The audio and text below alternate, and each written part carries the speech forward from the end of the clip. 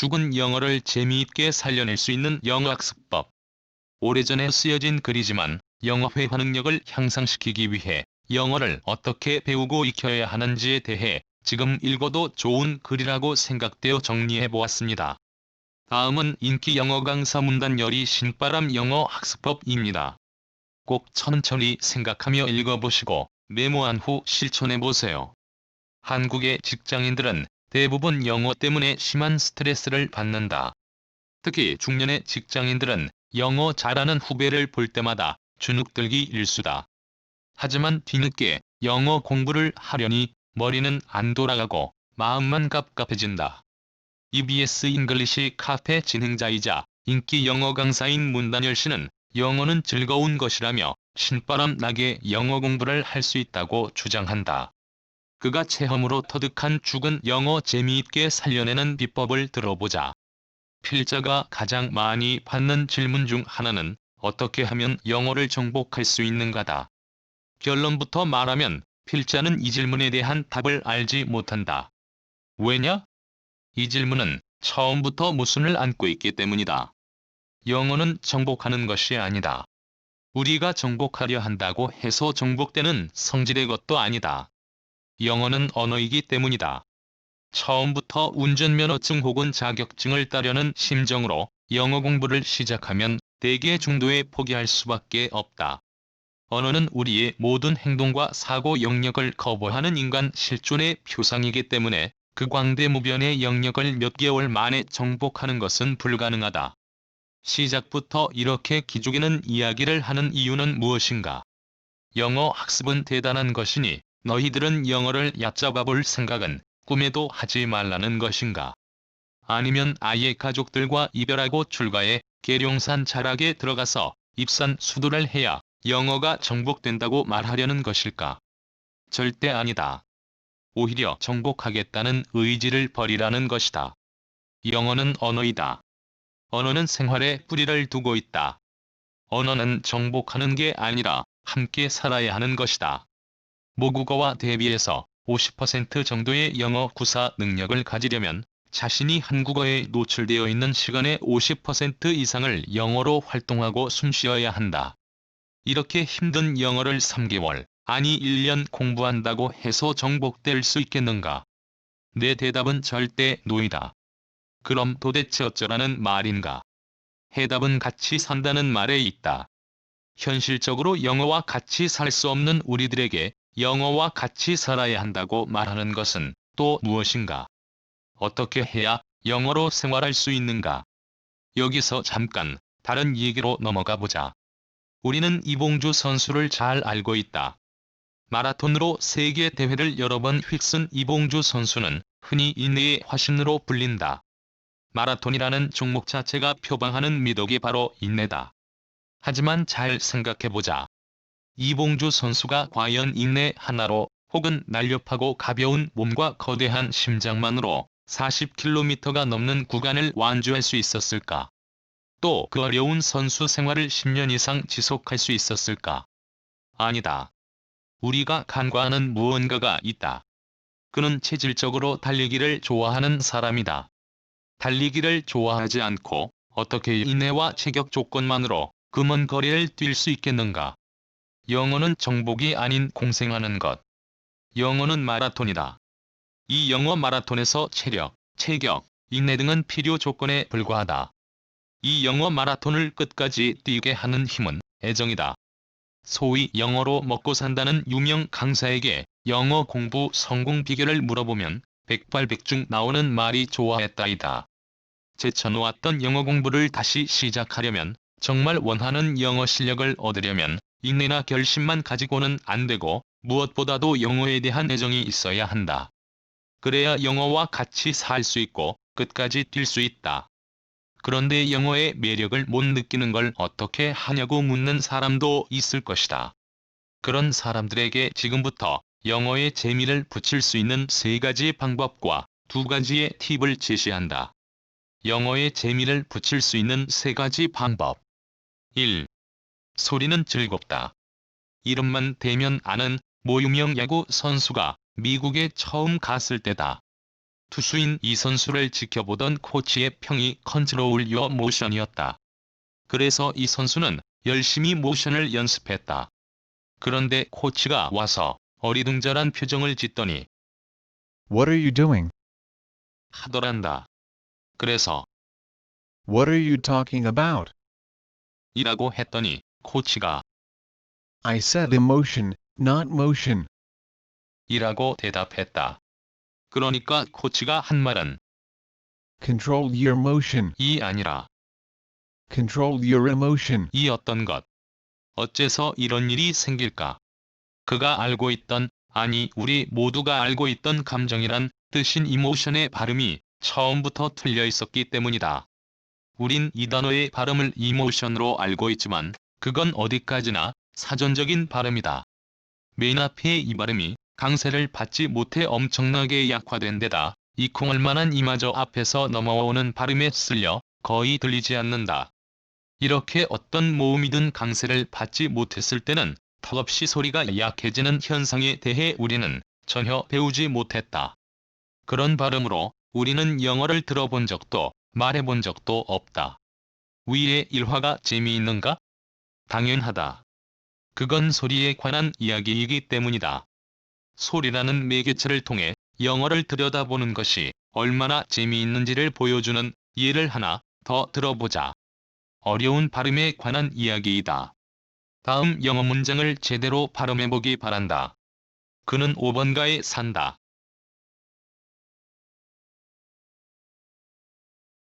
버터 발음과 별로 친하지 않다면 10중 8구 다음과 같이 발음할 것이다. He lives on the People's Street. 일단 이민족적 발음을 좀 국제화하려면 다음과 같은 원칙을 환기해야 한다. 영어에서는 자음과 자음을 연이어하는 발음을 가급적 피하고 싶어한다.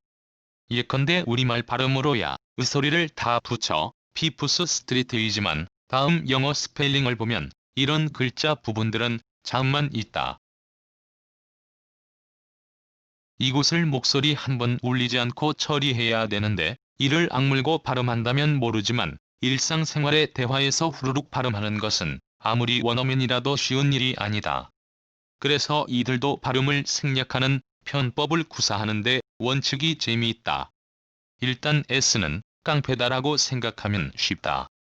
S는 앞뒤로 오는 시시한 자음, 여기서 시시하다는 것은 원어민이라 하더라도 상대적으로 발음하기 힘든 자음들을 말한다. 예를 들면 S, F 등이다.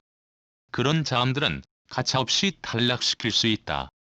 그래서 더 피프스 스트릿의 경우에는 다음과 같은 발음의 스펙트럼을 보여주며 사람에 따라, 상황에 따라 아래의 발음이 모두 가능하다.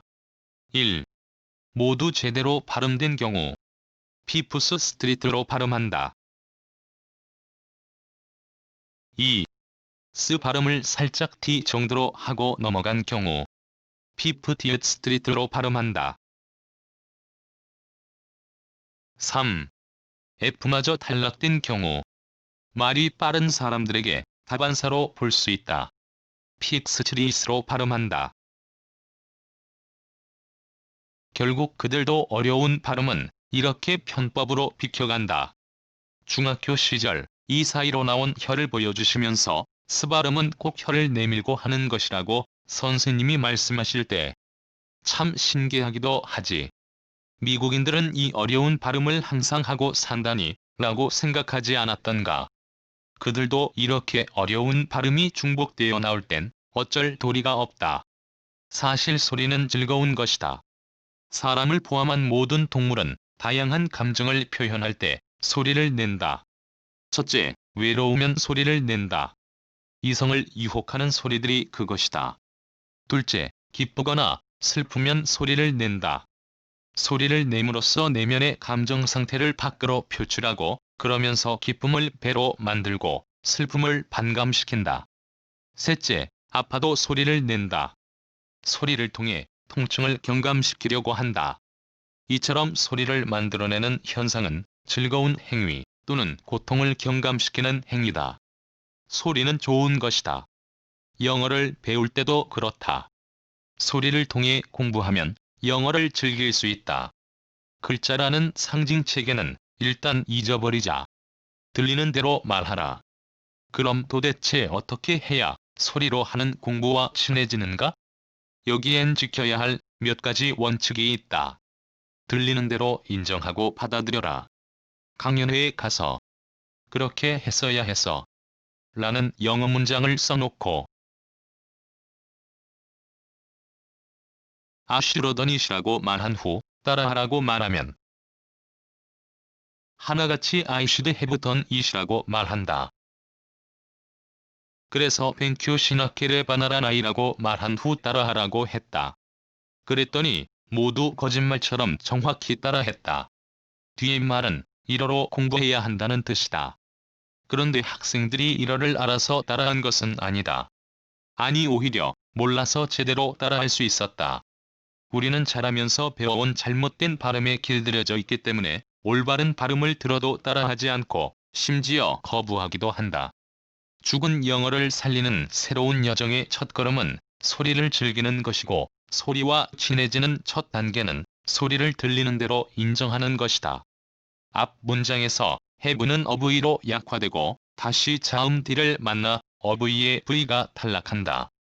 should have의 회화적 발음은 should have 혹은 should이다. 하루 종일 중얼거림을 멈추지 말라. 어떻게 하면 잘못 굳어져 버린 발음을 고칠 수 있을까? 대답은 간단하다.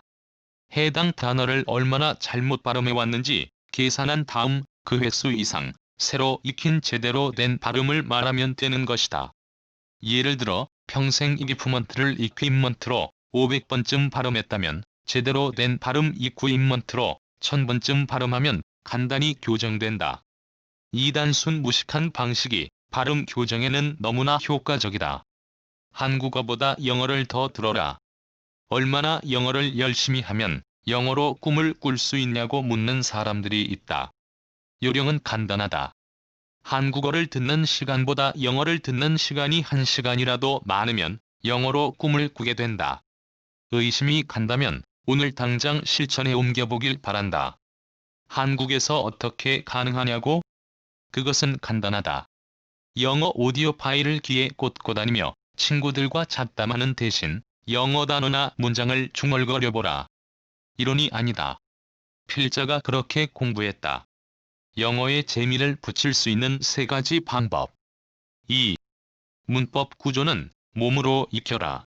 필자가 진행하는 프로인 EBS 잉글리시 카페에서는 새로 나온 문장의 문형을 익힐 때 꼭 다음에 2가지 원칙을 지킨다. 우선 문장의 구조를 간단히 설명한다. 이때 글자에 주목하게 하지 않고 단어 하나하나의 느낌을 손짓, 발짓으로 보여준다. 그 다음에는 문장을 반복한다. 꼭 리듬에 맞춰 강약구조 장단을 바꿔가며 반복한다. 많은 사람들이 필자의 강의를 본 후 이상하게 기억에 남는다는 말을 한다. 그들이 하는 행동 역시 그 문장을 익힐 때 썼던 바로 그 몸짓이다. 기억에 남는 이유는 간단하다. 인간의 원초적인 즐거움 2가지를 동시에 구현했기 때문이다. 영어를 소리내어 말하며 리듬에 맞추어 손짓, 발짓으로 표현했다. 쉽게 말해서 노래하며 춤춘 것이다. 노래하며 춤추는 것을 어떻게 잊겠는가? 예를 들어 Don't take it out on me. 라는 문장을 노래와 함께 즐겨보자. 리듬과 멜로디는 가수 송대관의 쨍하고 해뜰 날에 맞춰온다. 그리고 take it out 즉 주머니에서 무엇인가 꺼내는 신용을 해본다. 그 꺼내는 물건이 바로 당신의 감정 상태, 즉 분노다. 온 미 하며 자신의 머리 위에 그걸 얹는 흉내를 내본다. 그러면 당신의 분노를 꺼내어 나에게 얹지 말라는 말이 된다. 즉 한강에서 뺨 맞고 나에게 화풀이 하지 말라는 뜻이다. 이제 쨍하고 해뜰 날의 멜로디에 맞춰 소리를 내면서 동작을 반복해보자. 그러면 아마 이 표현은 당신이 죽는 날까지 잊지 못할 것이다. 영어에 재미를 붙일 수 있는 3가지 방법. 3. 언제나 대상을 상상하라. 앞에서와 같은 방법으로 Don't take it out on me. 라는 문장을 열심히 익혔다고 하자. 그런데 마침 외국인인 사장님이 갑자기 내 자리에 오시더니 버럭 화를 내신다. What makes you park the car that way all the time? 머릿속에는 사장님 차가 처음부터 삐딱하게 되어 있어서 그런 건데요.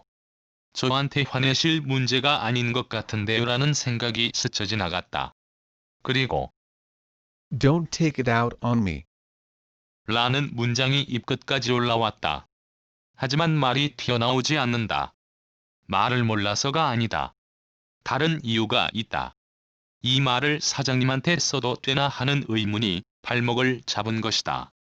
표현만 열심히 외웠지 어떤 사람에게 쓸 것인지는 한 번도 생각해보지 않았기 때문이다. 여기서 문법도 발음도 문제없는 내가 왜 외국인 앞에만 서면 말이 나오지 않는가? 하는 의문을 풀어주는 마지막 열쇠를 발견하게 된다. 언어는 관계 속에서 존재한다. 무인도에서 혼자 사는 사람에겐 언어가 필요 없다.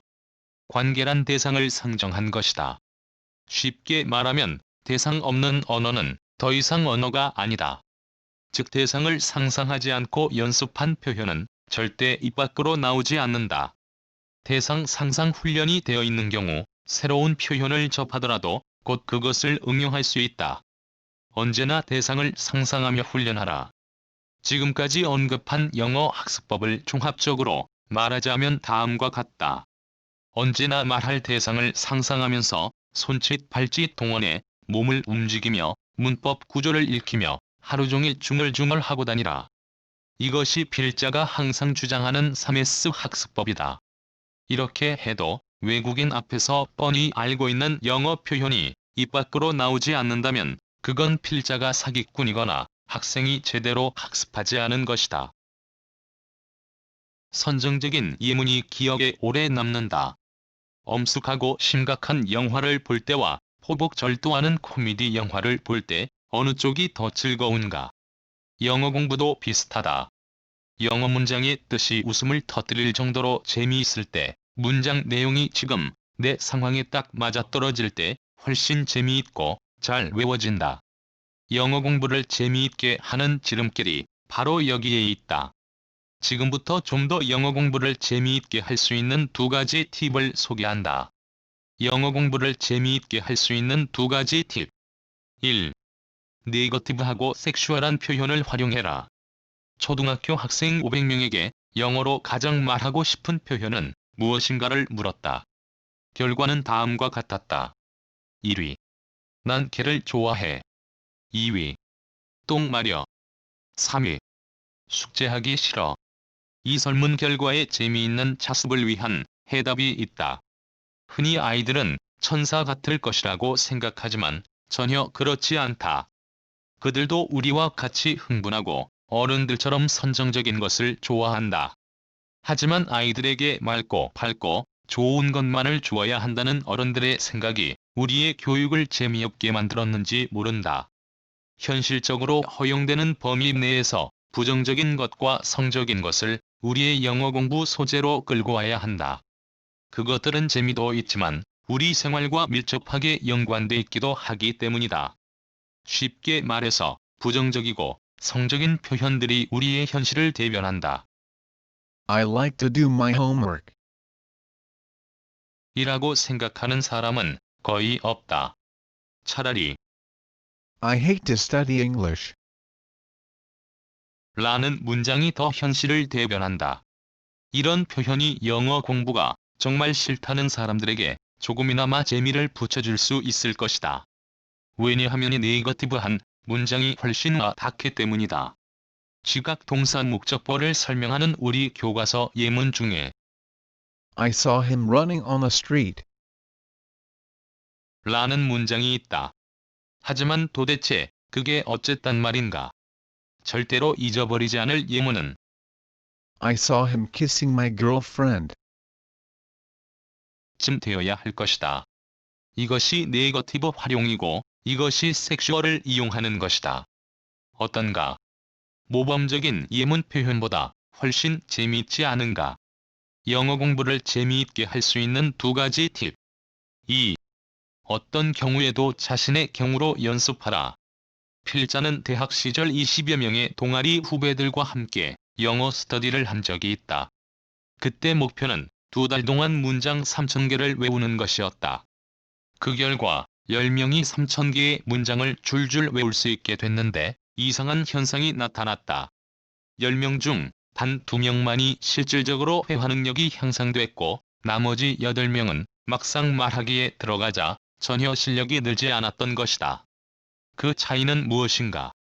성과가 있었던 2명의 노트를 꼼꼼히 살피던 나는 그들이 문장들을 그냥 외운 것이 아니라 자신의 상황에 맞게 수정해서 외웠다는 사실을 발견했다. 사실 그 당시 나 자신도 좋은 표현을 봤을 때 언제나 나의 상황에 맞추는 개인화 작업을 무의식 중에 하고 있던 터였다. 예를 들어 다른 학생들은 모두 My dad advised me against being a teacher. 라는 문장을 그대로 외웠다. 이런 경우 실제 상황에서는 아무 말도 할 수 없었다. 이유는 당연하다. 그 학생의 아버지는 그가 선생님이 되는 것을 반대한 적이 전혀 없기 때문이다. 하지만 영어 실력이 향상된 학생의 경우 My mom advised me against being a singer. 로 바꿔 외웠다. 즉 자신의 경험에 비춰 영어 공부를 한 것이다. 개인화된 문장을 외우는 것과 그냥 주어지는 문장을 외우는 것의 효율 차이는 내 자식을 돌보는 것과 남의 아이를 돌보는 것만큼의 차이가 있다. 지금까지 영어를 다시 시작하려는 사람들을 대상으로 꼭 버려야 할 영어에 대한 고정관념, 꼭 알아야 할 말이 나오는 원리, 그리고 효율을 위한 2가지 팁에 대해 이야기했다. 짧은 글이지만 영어로 고생하는 여러분들에게 조금이라도 실질적인 도움이 됐으면 하는 바람이다. 지금까지 말씀드린 내용을 요약해보면 영어는 언어이다. 언어는 생활에 뿌리를 두고 있다. 영어는 마라톤이다. 이 영어 마라톤을 끝까지 뛰게 하는 힘은 인내나 결심만 가지고는 안 되고 무엇보다도 영어에 대한 애정이 있어야 한다. 영어에 재미를 붙일 수 있는 3가지 방법. 1. 언제나 말할 대상을 상상하면서 2. 손짓 발짓 동원해 몸을 움직이며 문법 구조를 익히며 3. 하루 종일 중얼중얼하고 다니라. 소리로 영어 공부하는 3가지 원칙. 1. 들리는 대로 인정하고 받아들여라. 2. 하루 종일 중얼거림을 멈추지 말라. 3. 한국어보다 영어를 더 들어라. 영어 공부를 재미있게 할 수 있는 2가지 팁. 1. 네거티브하고 섹슈얼한 표현을 활용해라. 선정적인 예문이 기억에 오래 남는다. 2. 어떤 경우에도 자신의 경우로 연습하라. 개인화된 문장을 외우면 실제 상황에서 바로 쓸 수 있다. 이상으로 영어학습법 소개를 마치겠습니다. 영어 회화를 공부할 때 자주 읽어보고 꼭 실천하기를 권장합니다. 도움이 되었다면 좋아요, 구독하기 꼭 부탁드립니다. 구독하시면 다양한 영어 회화 콘텐츠를 활용할 수 있습니다. 지금까지 읽어주셔서 감사합니다. 즐거운 하루 되세요.